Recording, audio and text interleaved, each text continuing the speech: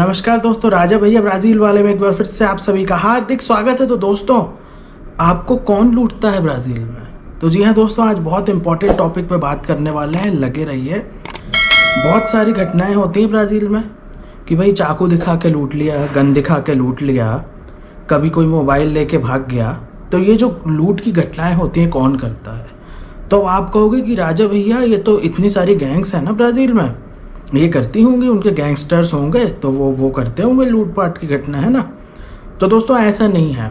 यही सबसे पहले आता है कि भाई गैंग्स हैं बहुत सारी ब्राज़ील में, तो यही लूटपाट की घटनाएं करती होंगी। तो दोस्तों, गैंग्स जो हैं ब्राज़ील में वो बहुत बड़ी हैं और उनके कई हज़ार मेंबर्स हैं और उनको कोई फ़ायदा नहीं होने वाला आपका एक मोबाइल चोरी करके।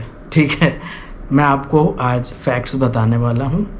बहुत इम्पॉर्टेंट वीडियो है, इसको शेयर कीजिए और पूरा देखिए, ये आपको काम आएगा अगर आप ब्राज़ील जाते हैं तो दोस्तों, गैंग्स जो हैं वो लूटती नहीं हैं आपको, आम आदमी को नहीं लूटती। वो गैंग्स जो हैं एक मोबाइल फ़ोन आपका लूट के या आपका वॉलेट लूट के उनको कोई उनको फ़ायदा नहीं होने वाला। जब स्लम्स की बात आती है, स्लम्स जो हैं उनमें गैंग्स रहती हैं, मतलब हर स्लम में कोई ना कोई गैंग होगी। तो उसमें क्या होता है, स्लम के जो कायदे कानून है, रूल्स रेगुलेशन लॉ, वो गैंग से डिसाइड करती हैं। जब कोविड हुआ था तो उन्होंने कर्फ्यू भी लगा दिया था कि भाई फैले ना, स्लम में फैलेगा तो, है ना, वो अपने हिसाब से नियम कायदे कानून करते हैं। और स्लम में चोरी करना अलाउ नहीं रहता। वो फ्लावियो के साथ जो हमने रोसियाँ का वीडियो बनाया था उसमें उसने बताया था। रोसियाँ स्लम के वीडियो के डिस्क्रिप्शन में लिंक डाल दे रहा हूँ, और जो भी क्राइम से रिलेटेड वीडियो उनकी भी, ठीक है। तो अलाउ नहीं रहता है स्लम में, क्योंकि अगर स्लम में चोरी होगी तो कौन, पुलिस आएगी फिर, है ना। तो उसमें फिर गैंगस्टर, पुलिस का लफड़ा, ये सब प्रॉब्लम्स होती हैं। तो स्लम के अंदर चोरी नहीं होती। अगर आप मान लो स्लम में चले जाओगे तो तुमको कोई लूटेगा, टच भी नहीं करेगा। हाँ, अगर तुमने कुछ गड़बड़ की तो फिर गए, फिर आपने कुछ लफड़ा किया तो फिर वो गैंगस्टर्स हैं वहाँ पे, ठीक है। तो अगर आप ऐसे चले जाओगे ना खुद भी, तो कुछ इशू नहीं होगा, आप घूम फिर के आ जाओगे फ़ोटो वोटो लेके, है ना। लेकिन रिकमेंडेड नहीं रहता। तो अब ये एक सवाल आता है कि आपको लूटता कौन है। तो मेरे प्यारे भाइयों बहनों, मैंने बात की थी, मैं लोकल लोगों से बात करता रहता था। कभी मैं टैक्सी में जाता था, है ना, तो टैक्सी ड्राइवरों से बातें कर लेता था। हमारा तो काम था इन्फॉर्मेशन निकालना।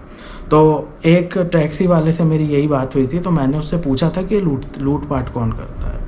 तो उसने मुझे ये बताया था कि ये जो लूटपाट के केस होते हैं ना, ये गैंगस्टर्स नहीं करते।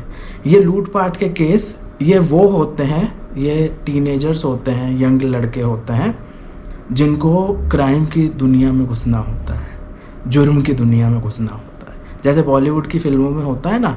और बॉलीवुड की फिल्में नहीं, सिर्फ बहुत सारे ऐसे गैंगस्टर्स हैं जो मुंबई में हुए हैं। छोटे मोटे चोरी करते थे, वो जो अंडरवर्ल्ड वाले छोटी मोटी चोरियां करते थे, फिर मर्डर कर दिया, है ना, फिर उसके बाद बड़े डॉन बन गए, है ना, फिर इंडिया छोड़ गए, है ना, पासपोर्ट बनवा के फर्जी पासपोर्ट पे इंडिया छोड़ दिया उन्होंने। तो ऐसे बहुत सारे गैंगस्टर्स के केस होते हैं, छोटे मोटे चोर होते हैं।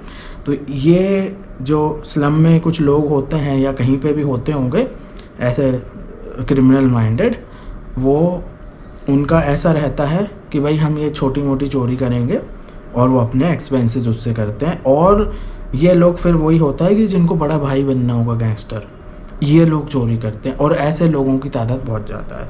और प्रॉब्लम ये है मेरे प्यारे भाइयों, इन लोगों को पकड़ना बहुत मुश्किल होता है। क्योंकि जैसे क्या होता था, रियो में ट्रेन की बोगी लूट ली और अगले स्टेशन पे उनकी स्लम थी, तो वो स्लम वाले स्टेशन पे उतर गए। अब वो स्लम में चले गए, अब कहाँ ढूंढोगे अब।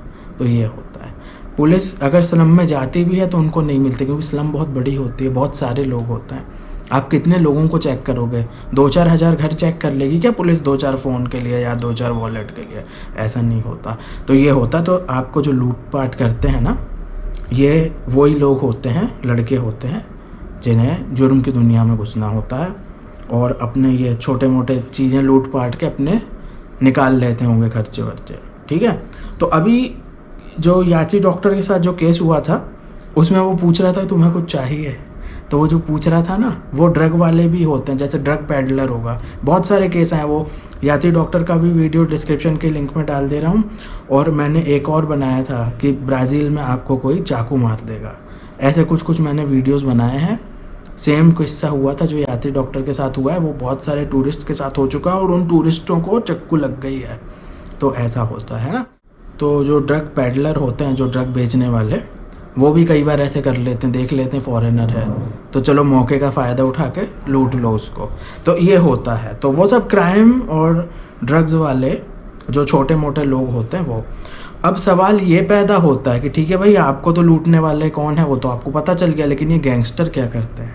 तो मेरे प्यारे भाइयों बहनों, गैंगस्टर्स भी लूटते हैं। जो गैंग्स होती हैं ना बड़ी बड़ी, वो भी लूटती हैं, लेकिन ये आपको नहीं लूटती।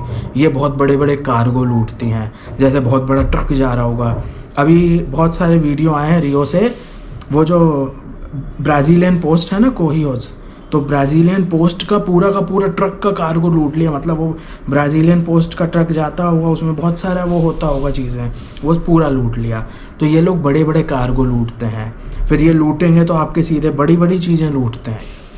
और मैंने ये भी केस देखे हैं कि वो जो टनल था रोसिया के वहाँ पे, वो लोग क्या करते थे, पूरा टनल ब्लॉक कर देते थे दोनों साइड से और सबको लूट लेते थे जितनी कार होती थी।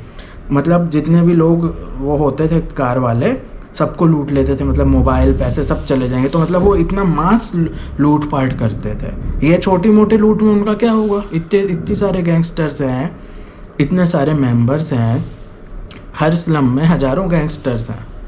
तो उनका एक मोबाइल तुम्हारा चोरी करके क्या कर लेंगे? वो कुछ भी नहीं करेंगे, है ना।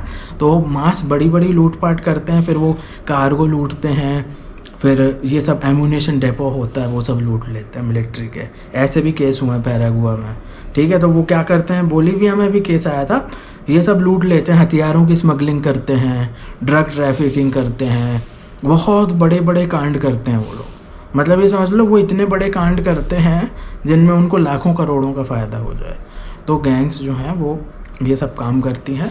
और मोस्टली जो भी गैंग्स हैं उनका मेन जो काम है वो ड्रग ट्रैफिकिंग और उसके बाद आर्म्स ट्रैफिकिंग, यही है, ठीक है। तो ये पूरे ब्राज़ील में है गैंग्स और इन सब कामों में वो लगी हैं। और इंटरनेशनल गैंग्स हैं, मतलब जो ब्राज़ील में गैंग्स हैं उनके कॉन्टेक्ट पैरागुआ में है, बोलीविया में है, कोलंबिया में है ना, ये सब लिंक हैं वो सब कार्टेल।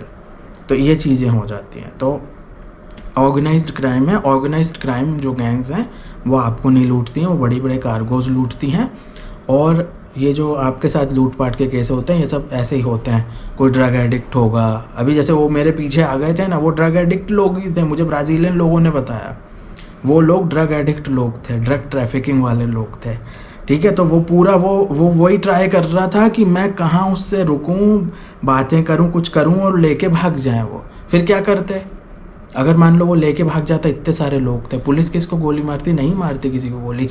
फिल्मी सीन बन जाता, मैं उसके पीछे भागता। तो ये सब चीज़ें हो जाती। तो हमेशा याद रखना, अगर कोई ब्राज़ील में कोई आता है पूछता है कुछ चाहिए या कुछ भी है, किसी से, स्ट्रेंजर से बिल्कुल बात मत करना। पूरा ध्यान रखना। जैसे सेंट्रो एरियाज़ हैं और रात के टाइम स्पेशली, बिल्कुल आप अलर्ट रहना। तो ये है, तो आप बच सकते हो। और हमेशा याद रखना, ब्राज़ील में डरना ज़रूरी है।